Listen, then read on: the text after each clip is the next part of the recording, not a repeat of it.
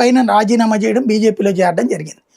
ఉమ్, అప్పటి నుంచి అక్కడ హిందుత్వ ప్రయోగం చేస్తున్నాడు అతను.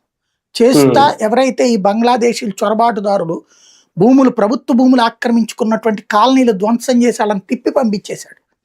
ఉమ్, సరిహద్దుల దాకా తీసుకెళ్లి వదిలిపెట్టే ఏర్పాట్లు చేశాడు. రాష్ట్రంలోకి మళ్ళీ రాకుండా జాగ్రత్తలు తీసుకుంటున్నాడు.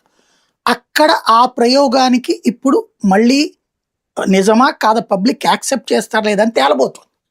హిందుత్వ ప్రయోగానికి సంబంధించి అస్సాం, అదే సమయంలో బెంగాల్ హిందూ ఓటు బ్యాంక్ పెరిగిందా సార్ ఇక్కడ గతంతో పోలిస్తే? అంటే బీజేపీ మరి గెలవడం అట్లాగే కదా సాధ్యమైంది, పోలరైజేషన్ వల్ల సాధ్యమైంది. ముస్లిం ఓట్లు వచ్చేటప్పటికి అటు కాంగ్రెస్ పోలరైజ్ అవుతున్నాయి. మధ్యలో ఆటలు అరటిపండులాగా మారిపోయింది అస్సాం గణ పరిషత్, ఏజీపీ. ఇటు హిందూ పోలరైజేషన్ ఇటు జరిగింది. బట్ హిందువులు కొంత విడిపోయి మళ్ళీ కాంగ్రెస్ కూడా ఓట్లు వేస్తుండడం వల్ల కాంగ్రెస్ కి ఇంకా ఉనికి ఉంది. అందుకని అక్కడ కన్వర్టెడ్ క్రిస్టియన్స్ ఉంటారు, ఆ గిరిజనుల్ని కన్వర్ట్ చేశారు ఇంతకు ముందు.